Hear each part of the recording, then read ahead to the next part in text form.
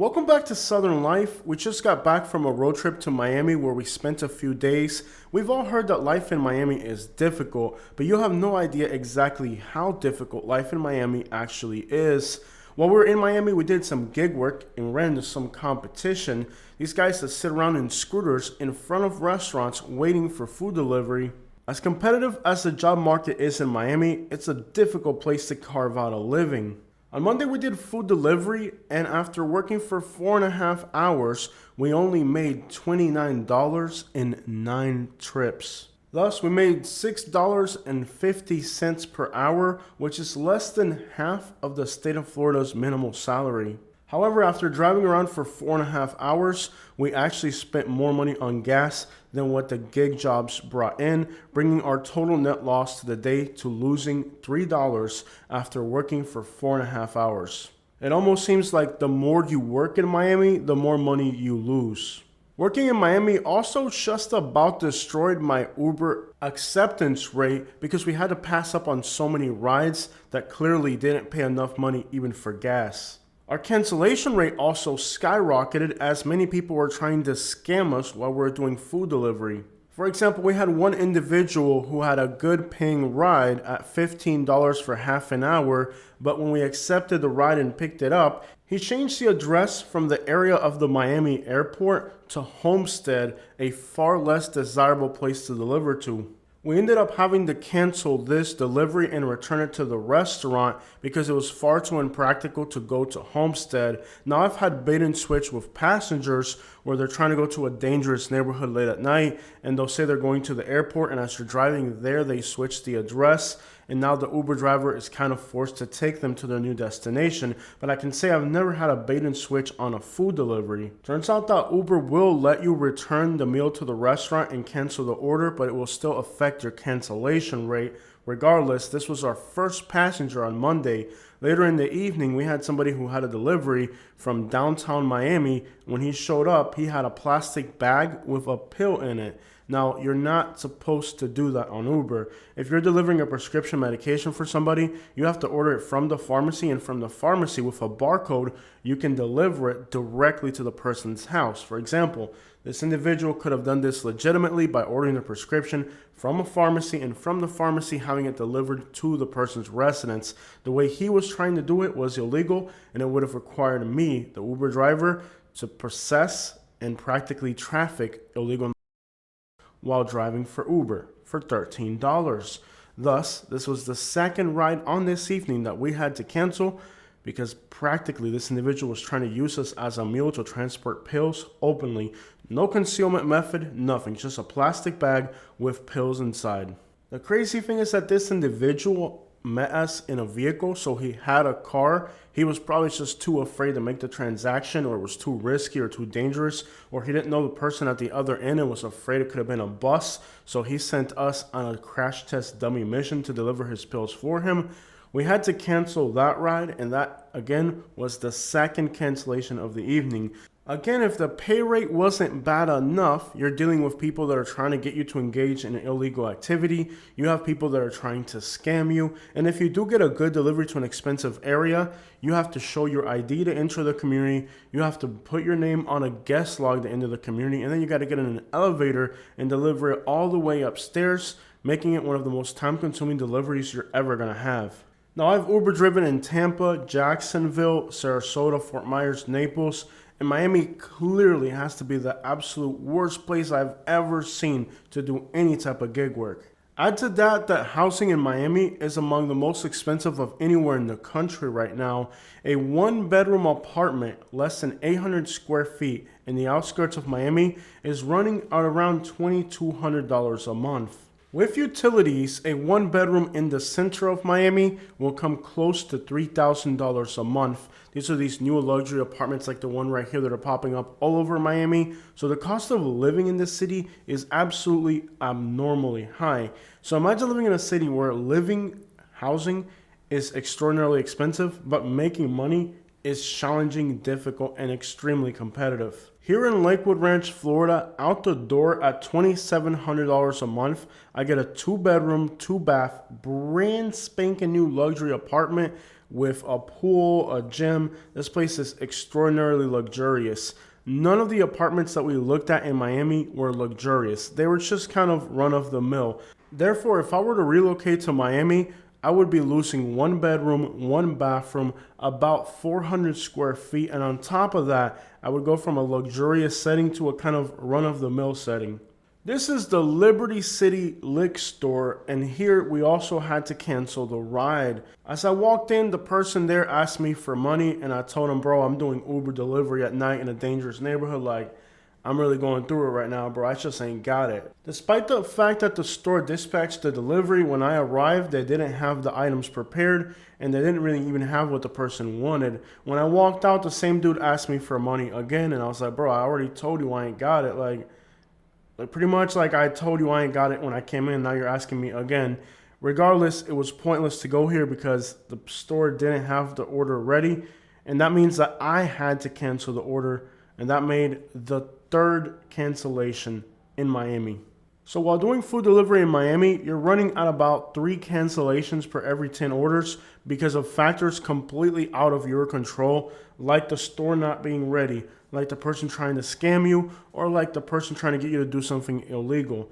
This means that literally, if you constantly drove food delivery in Miami and didn't do these things, if you didn't let people scam you, you didn't engage in illegal activities, if you just said, okay, every person trying to scam me or any person trying to get me to do something illegal, I'm going to cancel them all. Eventually, it would drive your cancellation rate to about 30%, which would equal your account being terminated. Now, this is a real serious legal situation, I believe, because think about it. If you're being forced now to keep your cancellation rate at below 30% so they don't close your account, that means that individuals are actually tempted, like people who live in Miami and do food delivery are actually tempted to have to accept illegal deliveries like the one I mentioned, because if they start canceling, eventually it'll lead to their account being closed. So now, not only are you making less than the minimum wage, but you're also forced to engage in illegal activities to keep your account from being terminated, because the percentage of people trying to get you to engage in illegal activities is high enough to where if you don't do them, you're going to have your account terminated. Thus, the people that are doing food delivery are not only getting paid garbage in Miami, but they're practically forced to engage in all types of illegal activities or voluntarily being scammed by people in order to keep their accounts running. I believe that in a place like Miami, where this high of a percentage of people are doing these types of activities, the drivers are really having their labor rights violated. It's incredible how propense people are in Miami to do these types of things.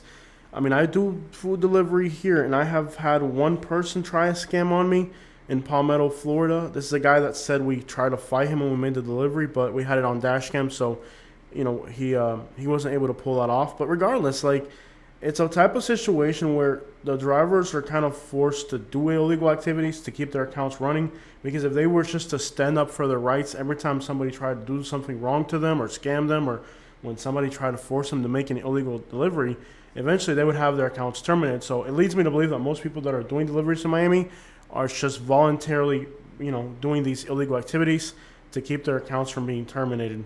It's hard to understand how a city could be so challenging to make a living in, yet at the same time, housing can be so expensive. It kind of creates people that are in a real tight economical situation. What I've learned traveling across America is that when you have a city where life is very difficult, people become very scammy, scummy, and they start to rip other people off. The mathematical equation of living in Miami simply doesn't add up, and thus the people who are in these situations have to do something extra to make a living, or the money's got to come from somewhere, because literally the mathematical equation simply doesn't work. I know a lot of creators that are out there right now are kind of encouraging young people that if they're young and they're struggling, it's okay to engage in these activities because you don't have any other choice. But I'm a firm believer in you do things the right way or you don't do them at all. And that puts people in a really tight spot. I really wouldn't want to live in an environment where you're constantly being pressured economically to have to look for alternative ways to make a living or even to have basic needs. This is that place that would eventually drive you to do things that are wrong, not because you want to, because out of necessity. And that's kind of the reason why you come to the United States.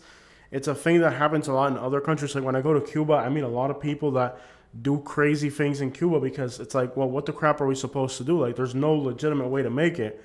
What drives people to criminality in countries like Cuba, the Dominican Republic, is the fact that there are no legitimate ways to make a living. And while Miami is, in that sense, becoming like a poor country in that people here really don't have a way to make it. When you look at what things cost versus what they're getting paid, the mathematical equation simply doesn't work out. And that leads people to develop alternative ways to make a living. It's normal in other parts of the world for people to go to delinquency because there isn't a legitimate avenue to make a living.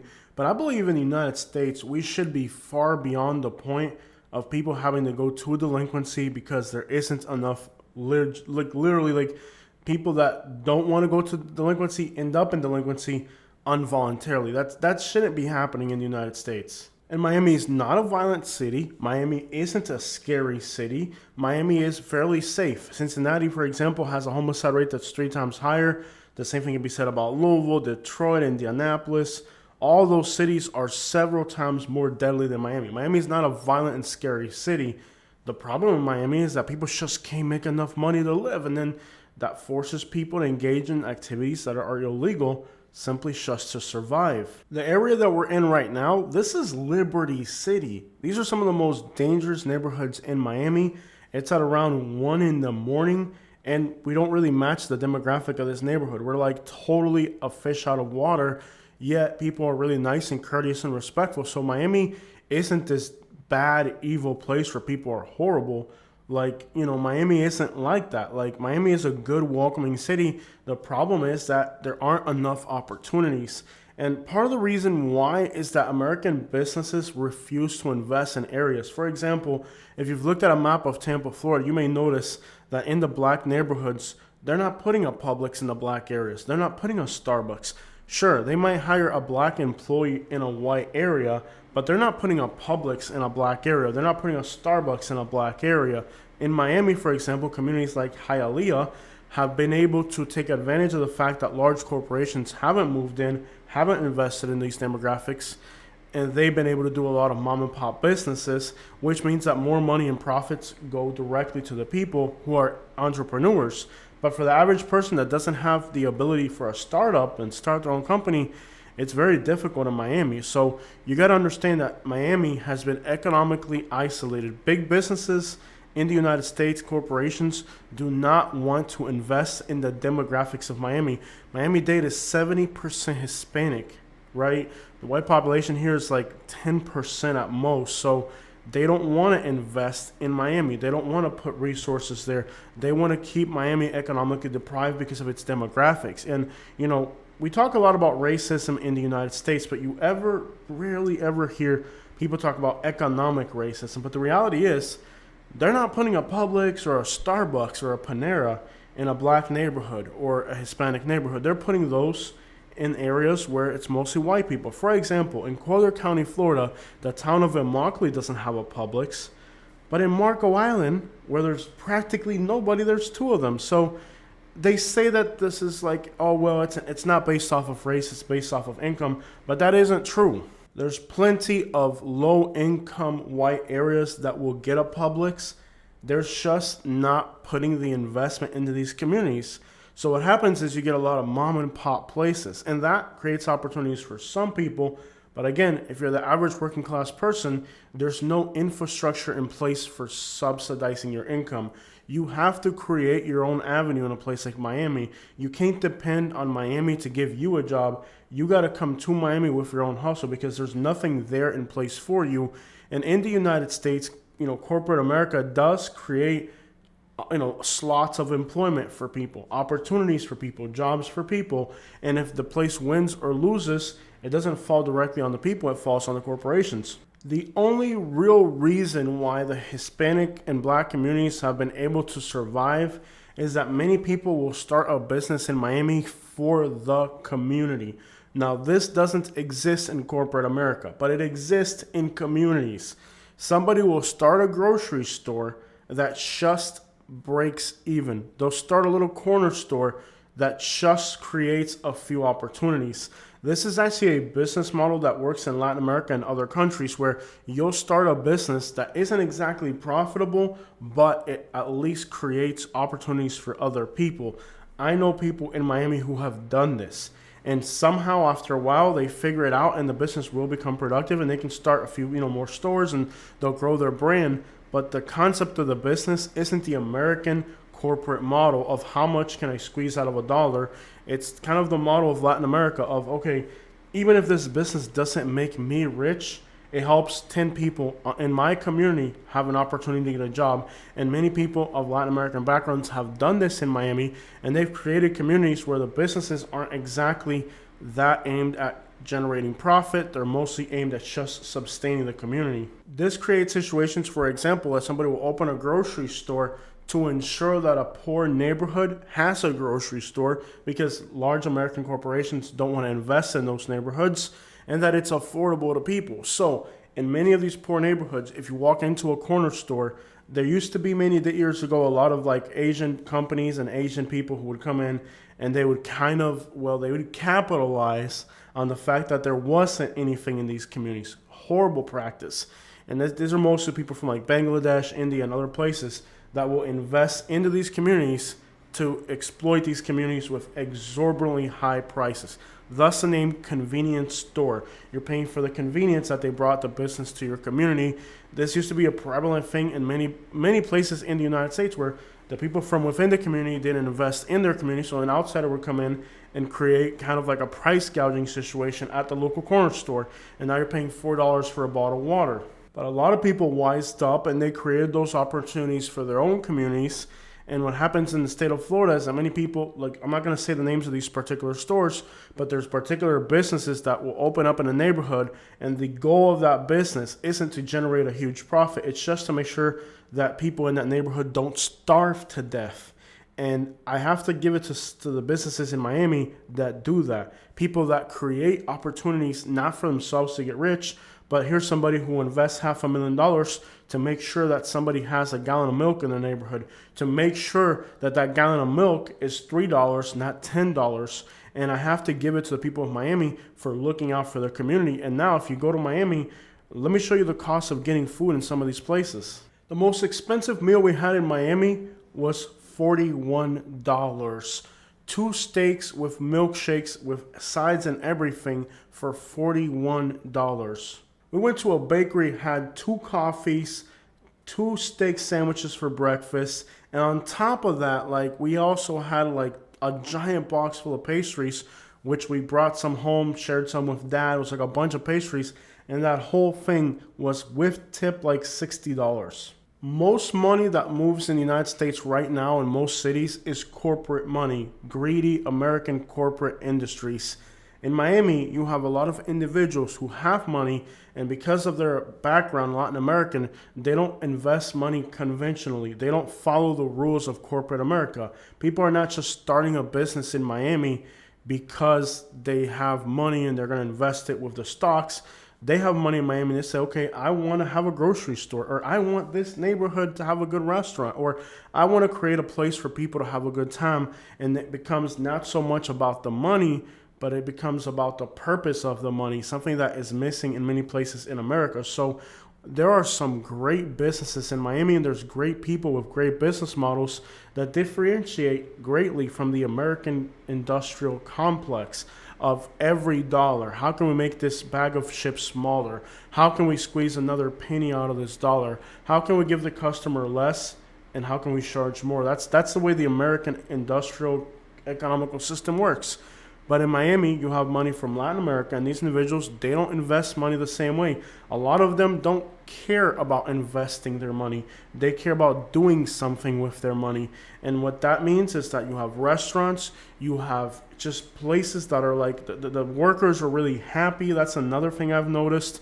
Like, we went to a place in Kendall, and the people were so happy. Like, it was a family-run business, and everybody there is happy. So the jobs that people are fulfilling, and don't get me wrong, there are some definite greedy developers, and there's definitely bad people in Miami, but I'm saying among all the bad things that there exist in Miami, there's people who have a lot of money and are just trying to do with their money what they want. So the cost of getting food and clothing and many other things that you actually purchase in Miami, you can actually get some pretty good deals while getting groceries, while eating food. So not everything in Miami is expensive. And in fact, if you're a type of person that likes to eat out, even if your rent's a little bit higher, you might be saving money on food and you'll be eating really good food. I mean, the food we had in Miami was fresh, the service was incredible, and the prices were low. I can't even remember the last time that I got food anywhere in Sarasota that didn't reach $60 or $80 or $100. I mean, we've walked into restaurants here. Like recently, we walked into a Turkish restaurant and we walked out with like a $120 bill. In Miami, you can walk into any restaurant and two people can sit down, eat whatever they want. And if you reach $50, it's a miracle. Like you can literally walk into any restaurant, order whatever you want, and after tip, you're still talking $50, $40. You're not going to see that everywhere in the United States. Food is very affordable in Miami, and the service that you get at these places is exceptional because many of them are, again, family-run businesses, people who are there because that's what they want to do, and it really creates a very enjoyable environment. Now, I'm not going to say that's the case for everywhere you go in Miami, but if you find the right places, that should be the experience you're going to have. Now, sadly, the real Miami has been stripped away, and I don't even know if it exists anymore. It does in a few pockets, like Hialeah, Kendall, maybe some parts of Little Havana still feel authentic, but overall, Miami has been watered down and stripped away. There was a time when Miami was just nothing but Latin culture. That Miami practically doesn't exist today. Homelessness is on the rise like everywhere else in America. Consumption is on the rise. Lawlessness is on the rise. Miami has really changed for the worse. And there was a time when there was a lot of Latin American people, Latin American money. Miami has changed a lot. Like I was recently in Kendall and I noticed that there was just like random people like from Oklahoma there, you know? So like it looks like Miami is starting to change and not for the better. Now with the current immigration policies, things are really going to get bad in Miami because remember, the money here came from Latin America. The businesses came from Latin America. The culture came from Latin America. And with that element being less now than ever, it's created a really, really different Miami. Over the last few years, hate and racism and discrimination in the United States have increased dramatically, and that's forced a lot of people that were living illegally in rural communities to come to Miami, and Miami has been flooded with illegal people, not from other countries, but from other parts of the United States. So let's be clear that right now Miami does have a huge illegal population, but it isn't because Miami attracts illegals, it's because there's nowhere else for them to go. Hate, discrimination has become so rampant in the United States that cities like Miami have had to become a sponge for all the people that are fleeing somewhere else. So unfortunately, with so much hate in the United States, discrimination, Miami has had to soak up and kind of bear the front of all these people that are here illegally because they can't go to other places. The discrimination's too heavy. And even people that are legally in the United States, I mean, let's forget about illegals for a minute. Let's just talk about people who are U.S. citizens. Hispanics, Cuban Americans, Nicaraguan Americans, people who are U.S. citizens have had to move to cities like Tampa and Miami because the hate and discrimination is so bad in rural communities and smaller places that they're being forced to move into large cities. So it isn't just illegals, it's just racism in general has got so bad that even people who are legally born in this country have had to move to cities like Miami because they're not letting them live in other parts of the country. So it's created a very unfortunate situation where people are not living in Miami because they want to. They're living in Miami because if they move somewhere else, there's no telling what could happen to them in the current climate of hate. So if the people that are legally in the United States because of hate and racism have to, flock to large cities like Miami for their safety, what could be said of those people who are undocumented? So it's created a situation where people don't want to live in Miami, but they're afraid of going to other places. Now, people that live in Miami, they know two places. Their native home country and Miami. You're a Cuban or a Venezuelan that grew up in Venezuela or Cuba, and now you live in Miami. So they have a very distorted view of the United States because they've never been to the United States. They've been to their home country and Miami. So they don't really understand where they fall along the lines of racism in the United States. Overwhelmingly, Cubans and Venezuelans are in denial about the real situation for them in the United States. They think it's about legal and illegal, but they don't realize it's not about legal or illegal. It's about the fact that you are a Hispanic. When they move to other places throughout the United States, they discover, or if they keep lying to themselves, they keep trying to, they're in denial. They don't want to accept the reality. But many of the younger kids are like, oh, you got to move back to Miami. This ain't going to work. And it isn't ideological, it's safety. And that's kind of what I've been trying to tell people in Miami. It's that this isn't some ideological thing. It doesn't matter what you believe or not. What you believe is going to make no difference when you move to Mississippi and Alabama and find out that there's a cross burning in your front yard. Or when you get robbed and when you call the cops, they tell you, well, you're an illegal Mexican. You're not a U.S. citizen. You're not here illegally. But here's my driver's license. I'm a U.S. citizen. No, sir. The resources of the state of Alabama are for Americans, and you're an illegal Mexican. But I'm a U.S. citizen. No, sir. You're going to have to put that away before we have a problem. And that's what people don't get. So in Miami, you got a lot of people that they really don't know where they belong in the United States. If these people in Miami had to move to Louisiana, Alabama, Mississippi, or West Virginia, or Kentucky, or Indiana, or Ohio, they would find out a little bit better where they belong in this society, but they don't get it. So you have a lot of people that are just kind of lost in the world of Miami, and they don't really understand that most people that are in Miami are not there by like choice. If those same people were to move to Indiana or Ohio, they would find out real quickly where they actually belong in this country. So if you're a U.S. citizen, an American born in this country, why would you move to Miami? This is a place for people that don't speak English, haven't been able to assimilate to the United States culture, and if they move somewhere like Ohio or Indiana where you could live as an American, they couldn't live there. Their lives would become impossible, dangerous. Something would happen to them. So why, if you're an American, you can live anywhere in this country, are you going to move to a place where the people that are here because they have no other choice? Life is not easy in Miami. Life for the people of Miami is already hard enough without people from other places moving here thinking that it's cool. And when they move here, they got to figure out that life here ain't like it is wherever the crap you're from. Miami is a very difficult place to carve out a living. Even if you've lived in Miami 20, 30, 40 years, you don't speak English. You speak Spanglish. Your accent is heavy. When I went to Miami, I looked at those apartments. Of course, they're showing apartments, so they have to speak English. It may be like probably 10% of English speakers in Miami who actually speak without a heavy accent. So like as I'm working with people in Miami, they're Colombian, Venezuelan, Peruvian, wherever they're from, they're speaking to you in English. But even I have to kind of like train my ear to listen to what they're saying because their accents are so heavy. If these individuals with those heavy accents were to move to anywhere else in the 48, they would have a problem. Their English would be a problem. They wouldn't be able to get the same jobs. Do you think somebody, like for example, a Colombian person who speaks Spanish with a very heavy accent, do you think that they're going to get a management level job or a good, comfortable air conditioning computer job in Iowa, in Nebraska with English like that? They won't. They'll never have those opportunities. So it's a place where people are here because they have to, not because they want to.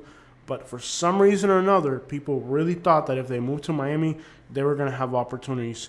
These people are coming from poor countries where they have nothing. Life is competitive. So from them, Miami isn't about a choice. Like for me, I would say I'm moving to Miami because I'm a YouTuber and I can afford it and I'm good. I'm comfortable. Even if it's difficult, I'll figure out a way to make it work because I have a different situation. I can make it work for me.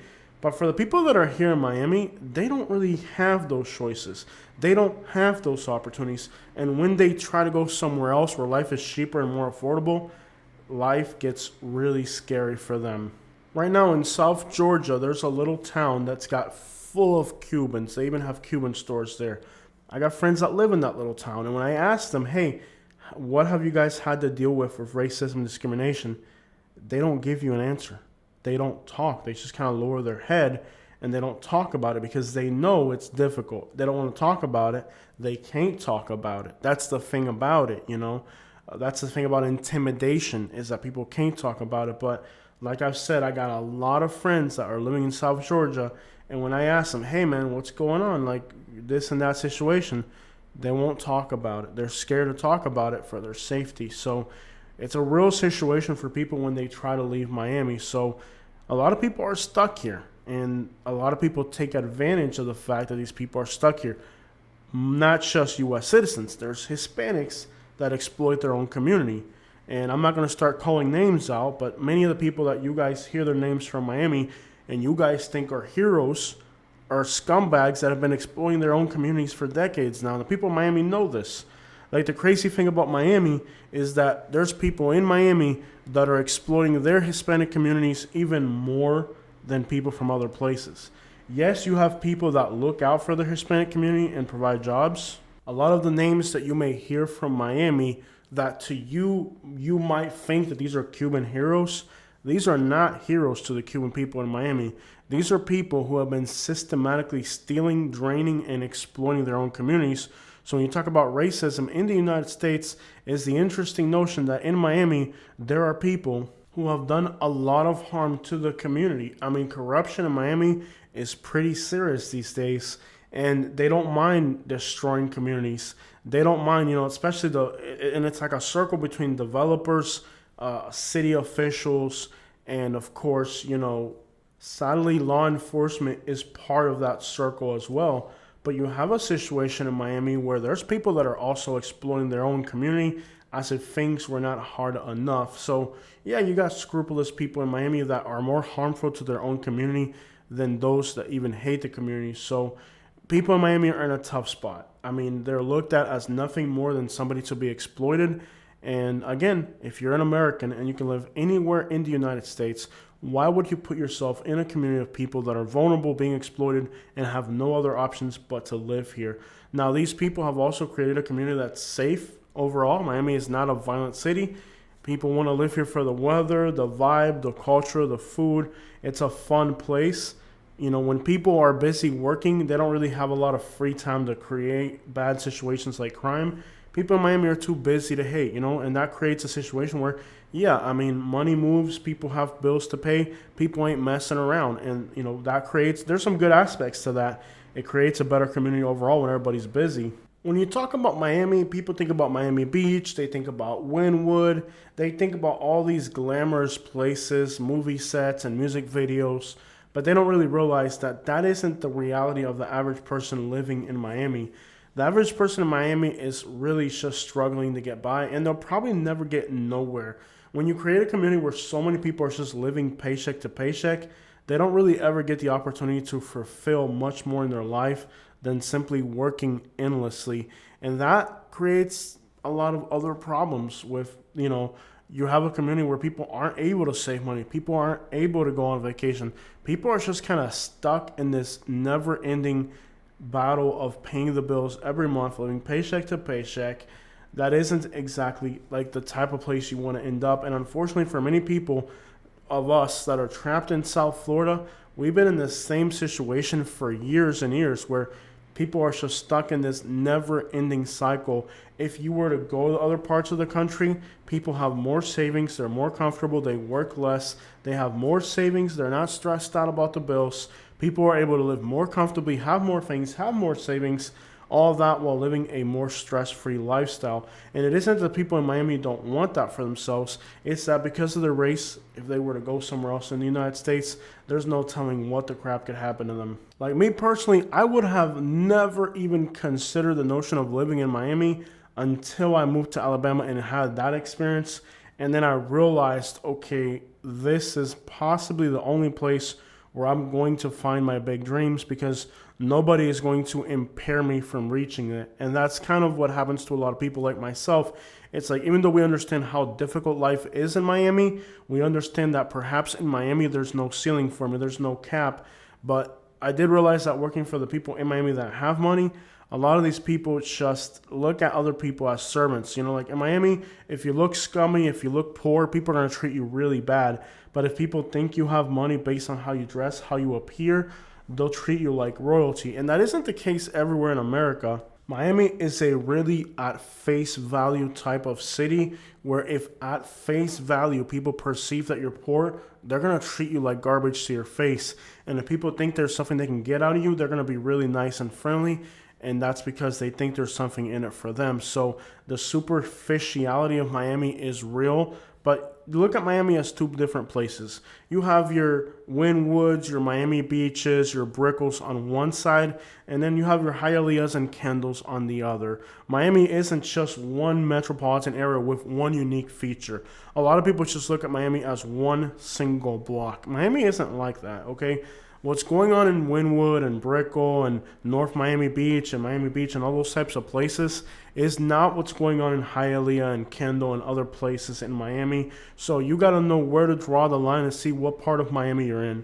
You have one part of Miami that is just nasty, disgusting, rude, disrespectful, scammy. People are nasty. People are just outright mean and disrespectful all the time. Road ragey, scammy, finessey, and then they think they're better than you because they pretend like they have money. Then you got the other Miami where you walk into a coffee shop and some old Cuban lady makes the coffee in front of you and asks you 3 times, is this enough sugar? How do you want your coffee made? So you just got to find the right Miami for you. But basically the idea is this. In Miami, if you want to be a McDonald's worker or you want to be a food delivery guy, you're going to be a piece of crap. You're never going to be anybody. Now, if you want to move to Miami and you got a business idea, you understand what a computer is, you understand what a spreadsheet is, you understand what managing a business is, you understand what pulling a permit is, you understand what opening a business is, getting a business license. If you understand how business works in the modern world of today, you can be very successful in Miami. But if you are unlettered and you are dumb, it's going to go very bad for you. Miami is not a place for the comfortable. Miami is a place for people who are very entrepreneurship spirit, very hardworking, very industrious, and those people are successful. I have family in Miami who's very successful. I got friends in Miami who are very successful, and they live a very luxurious lifestyle, but it's a very complex lifestyle. So Miami isn't a city for comfort. If you're looking for comfort and an easy lifestyle, Miami is not it. Miami is that place where you gotta be industrious. It's not designed to be comfortable, it's designed to be industrious. So if you're going to Miami with big plans and big dreams and understand that you're gonna have to work like an animal to make it happen, perhaps you can find those opportunities in Miami. But if you're going to Miami thinking it's gonna be a comfortable, easy ride like it is and where you live in the Midwest, that certainly isn't the case. Miami is a hardworking, industrious place, and if you have low expectations or low abilities, there's a lot of people failing in Miami, but they're failing because they limit themselves with their education level and the skills and abilities like they have. For example, like the skill and ability of English. Not everybody in Miami has that. But again, the other question is, if you are going to move to Miami and you do not want to learn Spanish, it isn't going to work for you. You are going to have to be bilingual to live in Miami. And if you are not bilingual, you are going to have a very frustrating time because in Miami, the predominant language continues to be Spanish. When you try to talk to people in English, you're kind of calling them out and putting them on the spot needlessly. In Miami, you have to be bilingual. And even for me, it's difficult because I speak both languages fluently, but sometimes in a business setting, it feels very awkward, like ordering McDonald's in Spanish. Could you do it in English? Sure, but then it's awkward. And that's the thing about Miami. It's like, I am bilingual, but it's like in many circumstances, people just look at you and they're like, okay, you know Spanish.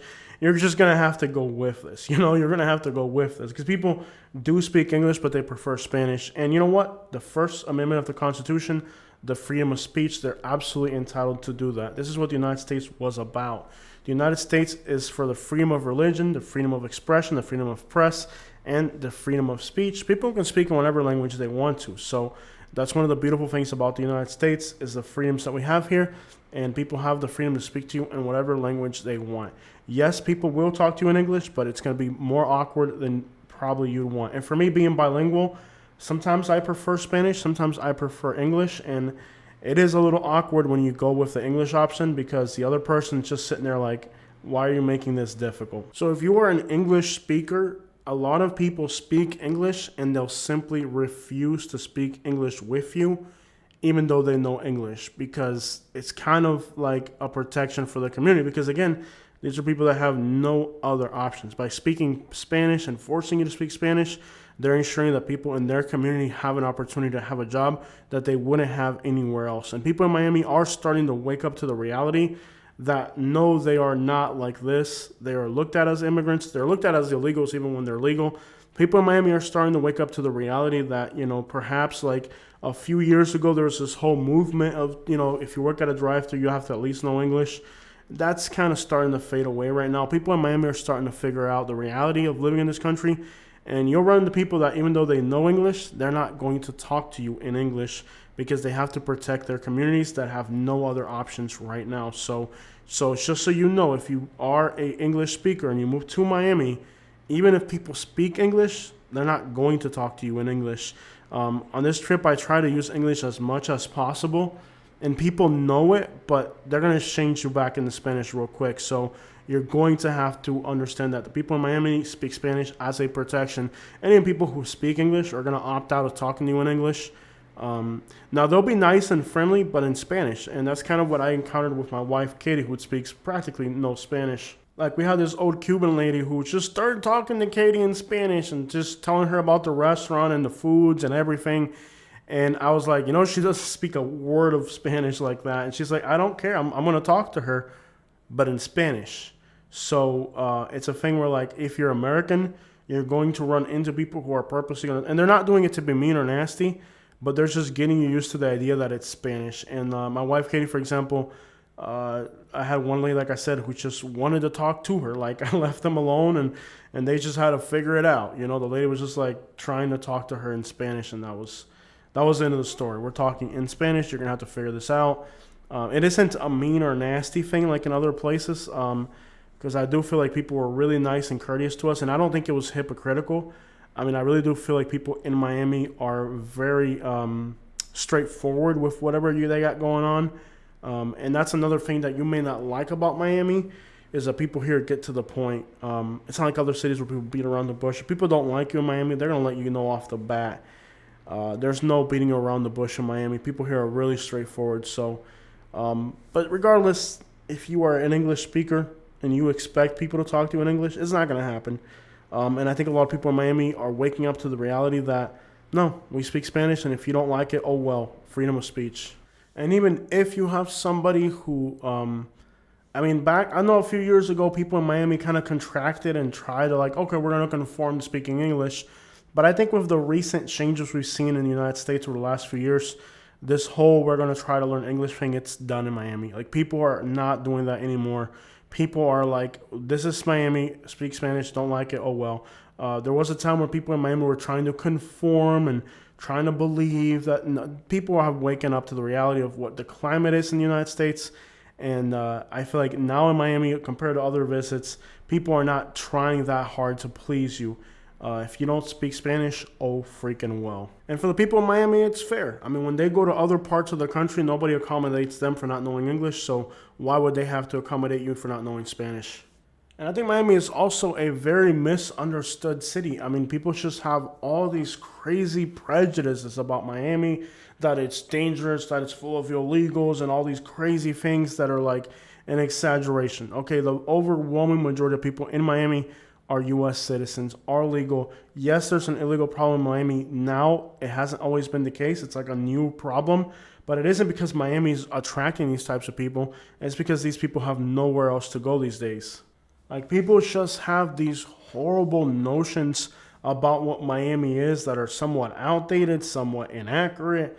I mean, when I talk to people and I hear the things that they have to say about Miami, I just have to scratch my head and say, wow. The crazy thing is that people in Miami that are delusional, they think that they're like everybody else in the United States, but they don't realize the horrible things that people think about Miami, the horrible things that people say about Miami, and a lot of it's not accurate. For example, you might go to Cincinnati, Indianapolis, and you hear people say these horrendous things about Miami. And then you look at some crime analytics and well, your homicide rate here is 3 times higher than Miami, so how is Miami worse again? I don't really get it. But the point is that many people, like I said, have a real just messed up vision or understanding of what Miami really is. There are some great things about living in Miami, But the reality is, if you're living in Miami, you're going to have to contend with the Spanish language and with the fact that people here are economically deprived because of their Spanish language, and because many businesses in the United States simply do not invest in these types of areas, which means that everything here has to be done by the people. And that's the one thing about Miami, is that it really is a self-made city. Very different than other cities where a system is put in front of you and everything is already kind of predetermined for you, what you're going to do with your life. In Miami, you really got to carve your own wave out of the sea. You got to find your own avenue, you got to find your own lane, and you got to make it happen at a very fast pace in a very demanding environment. Not everybody's ready for that.